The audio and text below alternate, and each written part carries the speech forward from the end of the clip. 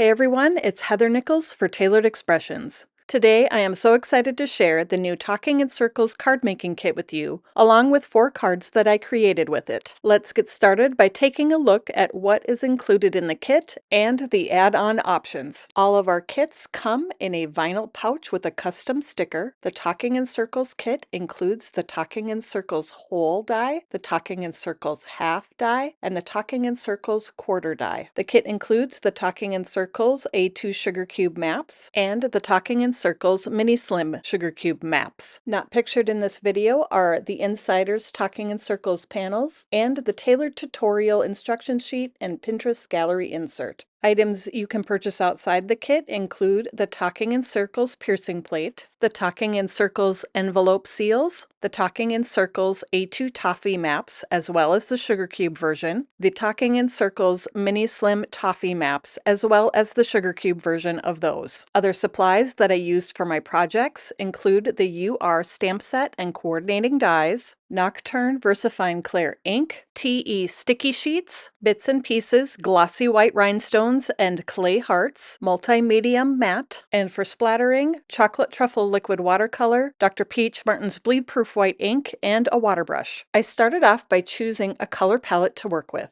I picked Sour Gummy, Gumdrop, Dried Fig, and Toffee. I'll also use Sugar Cube as well. I cut quarter sheets of cardstock from each color, and I'm backing these pieces with our sticky sheets. The sticky sheets are a double-sided adhesive. I'll die cut my pieces with the adhesive on the back side of the cardstock, basically creating my own stickers, and that is going to make assembling patterns with the die cut shapes so easy to do. Once I had sticky sheets on the back of each of my pieces of cardstock, I cut out whole, half, and quarter circles from each one. I made sure that the sticky sheet on the piece of cardstock is on the back side of the die cut pieces. Now that all my circle pieces are cut out, it's time to create patterns and backgrounds for my projects. You can create your own patterns, or if you need a little bit more help, like I do, you can use our Talking in Circles maps. The maps come in both the A2 and Mini Slim format and are printed on either sugar cube or toffee cardstock. The pattern designs are printed in a few shades of gray to help guide you in your pattern making process. I chose one of the maps. This one is from the Talking in Circles Mini Slim Sugar Cube set. And first, I just laid out the pieces on the map to plan out my design. When I was happy with my design, then I adhered everything in place. Because I had backed the cardstock with the sticky sheets, all I need to do is peel off the paper backing and adhere the shapes in place. Make sure that you cover the shapes that are printed on the map completely with the die cut pieces. And of course, if you don't want to use sticky sheets, you can die cut the pieces out from cardstock and adhere them in place with the adhesive of your choice. Here's a look at my completed design along with a few other backgrounds that I created with the maps. The Talking in Circles piercing plate is another great guide for creating designs with the circle pieces. I impressed the design into an A2 size piece of poblano pepper cardstock using my die cut machine. I created a design with the die cut pieces, lining them up with the circular pattern impressed in the cardstock.